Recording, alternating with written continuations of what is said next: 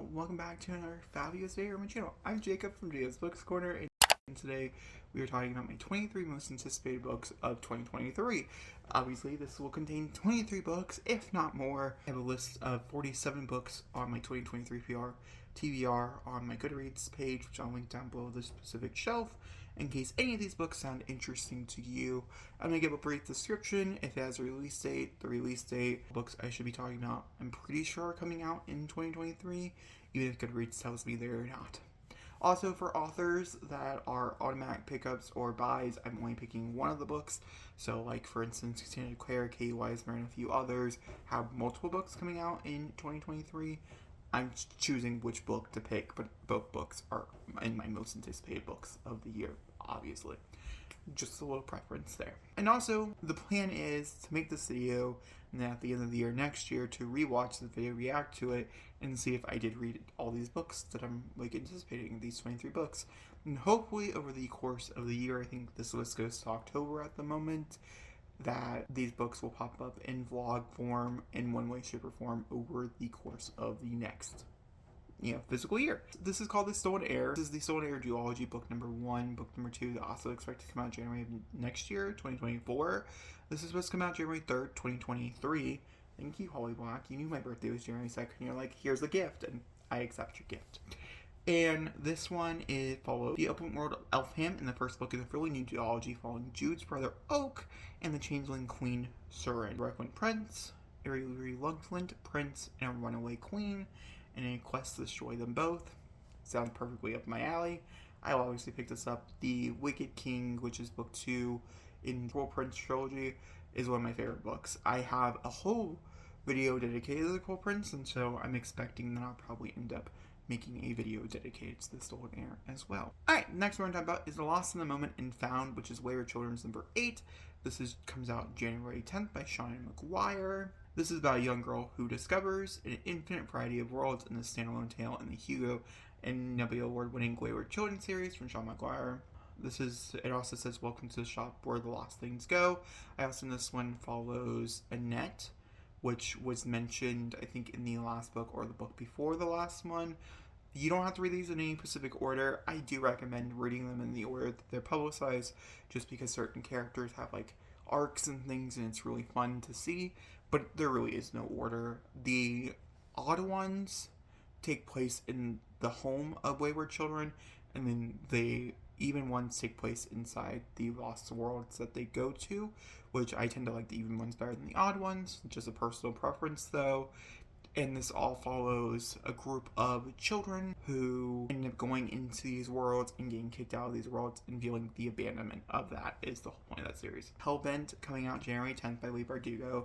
This is book 2 in the Alex Stern series. Book 1 follows Alex Stern as she is offered a request to go to this college because of magical properties, and it's like a whole thing.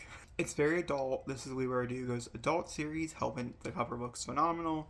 I didn't love Ninth House as much as I thought I was, but that was my first take into Leigh Bardugo before I jumped into the rest of Leigh Bardugo's backlog.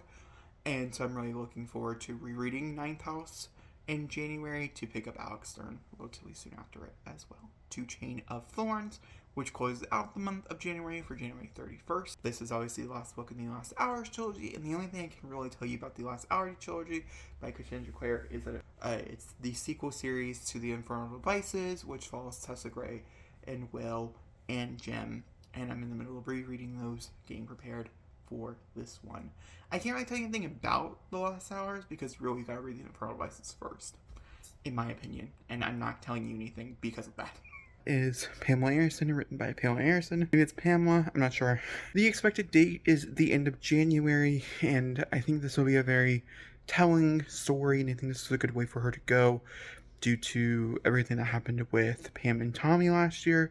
That's definitely my most anticipated. The next one we have is Don't Fear the Reaper by Stephen Grant Jones. This is the Wake Witch trilogy. I didn't realize this was going to be a trilogy. And the first one is My Heart is a Chainsaw.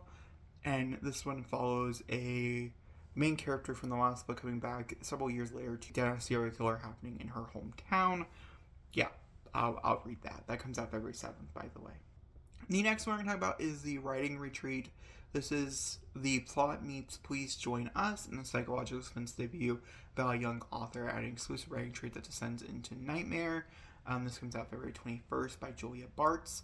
This follows a group of people who go on a writing retreat and someone ends up murdered, and you gotta solve the murder as they have to write this book in the amount of time. And it sounds like Nanowrimo but deadly, which, yeah, that sounds amazing to me. We have a sample cover up, which is called Broken Perfect Lies by Katie Weismer. I know this comes out in February. February 20th is the expected date. This is a bodyguard romance with a Hannah Montana twist. I think it's like pop star with bodyguard. They fall in love, but there's also like a stalker involved or something like that. This is Katie Weismer's first entail into like suspense romance, which I am so looking forward to. Alright, the next one we're going to talk about is Brothers and Sisters Into the Forest by Richard Marabel. This comes out March 14th. So it is an adult book, and says, I'm just going to read you the opening of the first paragraph. Opening like a fairy tale, ending like a nightmare, the cannibal of a queer coming-of-age novel follows a young man's relationship with a violent older boyfriend and how he and his sister survive a terrible crime.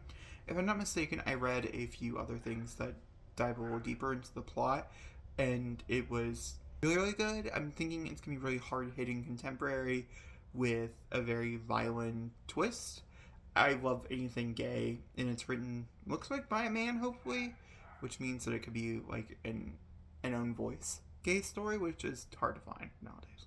I simply have this in my list because of the fact that it had, the cover is gorgeous. When we show it to you, it's gorgeous. This is called The Witch and the Vampire by Frances Flores. This is a queer Rapunzel retelling where a witch and a vampire who trust no one but themselves must journey together through a cursed forest with danger at every turn. This is, of course, a young adult novel, which is kind of sad. I was really hoping for an adult romance. It could have been everything. Now it's just like a little bit of something. It does look like the author has had one series before this, so if I really like it, maybe I'll pick up that series. A House with Good Bones by T. Kingfisher, which comes out March 28th, 2023, which is a haunting Southern Gothic from the award-winning Master of Suspense. Explores the dark and twisted roots working just beneath the veneer of a perfect home and family. Pretty sure this is about a girl who goes back to her family home and weird shit happens. Corinne, which comes out the same day by Jade Song. This is about a girl who is on the swim team and she wants to become the best swimmer, and so she decides to become a mermaid. And that just sounds like the perfect book in my opinion. We have the new TJ Klune, which comes out at the end of April 25th. This is called In the Lives of the Puppets. As you can tell what type of book this is going to be, I'm assuming it's like cozy. So, new to our best time author TJ Klune invites you to deep into the heart of a peculiar forest and one extraordinary journey of a family assembled from spared parts.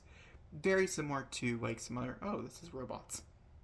Not similar at all. I did not realize this is about robots. I'm honestly very much anticipating this book. Happy Place by Emily Henry, which comes out the same exact day, April 25th. It's about a couple who broke up months ago to make a pact to pretend to stay together for their annual weekend long vacation with their best friend in this glittering, wise new novel.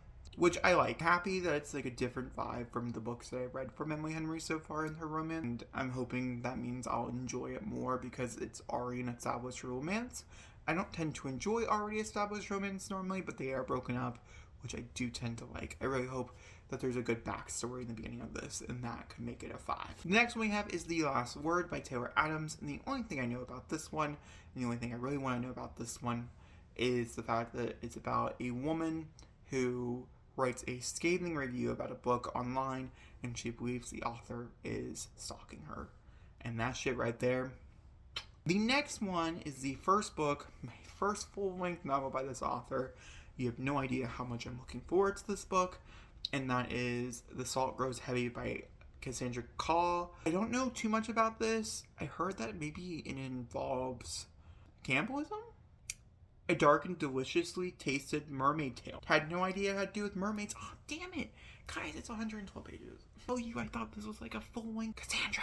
I want more. I'm still looking very much forward to it, obviously. So we have Dragonfall, which is book 1. And this is by Laura Lamb. This is a long-banished dragon's reveal as gods return to the mortal realm in the first magical new epic fantasy trilogy from best-selling author. Long ago, humans betrayed dragons, sent them away, they all died, and now they're coming back, and they are coming back to a world where they're worshipped as gods. And honestly, I'm not going to lie to you, this comes out May 2nd. That also sounds like it's going to be amazing. We are at Yellowface by R.F. Kuang. This comes out May 16th, 2023. I am very much looking forward to this. What's the harm in a pseudonym? New York Times bestselling sensation Jennifer Song is not who she says she is. She didn't write the book she claims to wrote, and is most certainly not Asian American. This chilling and hilariously cutting novel from R.F. Kuang, the vein of White Ivy and Other Black Girls. It's about an author who ends up going to school with a roommate. The roommate ends up passing away, and she has this very prolific book. It's set in an Asian American about like immigration and stuff like that, and she ends up stealing that and selling it under a pseudonym and a very, very much more like this is a passing Asian author to make it sell better. And it's about the repercussions of doing something like that. Equaling why it's called Yellowface. I think it's going to be amazing. Another memoir that I found this morning was Elliot Page's. I think it's called Page Boy. I'm going to read that. Very just curious of the evolution of how he became his true self and things like that, and how Hollywood has accepted that or not accepted that, how his life has changed. I'm not really sure how much the story is going to take place before his transition or not, and I'm curious to see what that was like as well. So that's her Page Boy, and I think that comes out in June-ish, which would make sense for the release date. The next one we'll talk about is A Twisted Love Story by Samantha Downing. I think I've given almost every Samantha Downing a 5-star, which means that this one could make her an all-time favorite author, which is amazing. So from the best-selling author of My Lovely Wife comes a reckless, delicious thriller about a young couple that gives a whole new meaning to the dangers of modern dating. I have no idea what that means, but I'm very fucking excited. It comes out July 18th. The next one we have to talk about is Silver Nitrate by Silva Moreno Garcia. Guys, let me read you what this is about. The book is about a fabulous meld of Mexican horror and Nazi occultism, a dark thriller about a curse that haunts legendary lost film and awakens one of the woman's most hidden powers. Bitch, what? It sounds amazing. The cover is to die for. The next one we're talking about is Chloe Gong. This is her first take into adult fantasy. This is called Immortal Longings. Like I said, I would pick up another Chloe Gong, just not in her YA if she ever did adult. And here we are. This is an adult epic fantasy debut. I'm pretty sure it's going to be a trilogy, if I'm not mistaken. Inspired by Shakespeare's Anatomy and Cleopatra, is a fiery collision of power plays, spilled blood, and a romance amidst a set of deadly games. Pretty sure this has, like I said, like a gaming thing, and I love a game. I love a romance inside a game. This sounds right up my alley. And I know I'm going to like the writing, so I think it's a pretty big slam dunk for me. The next one we have to talk about is Elizabeth Odiseo's first, journey into adult literature. I'm pretty sure this is just, literary fiction, which I don't tend to love, but I love Elizabeth Odiseo, so I'll be there anyways.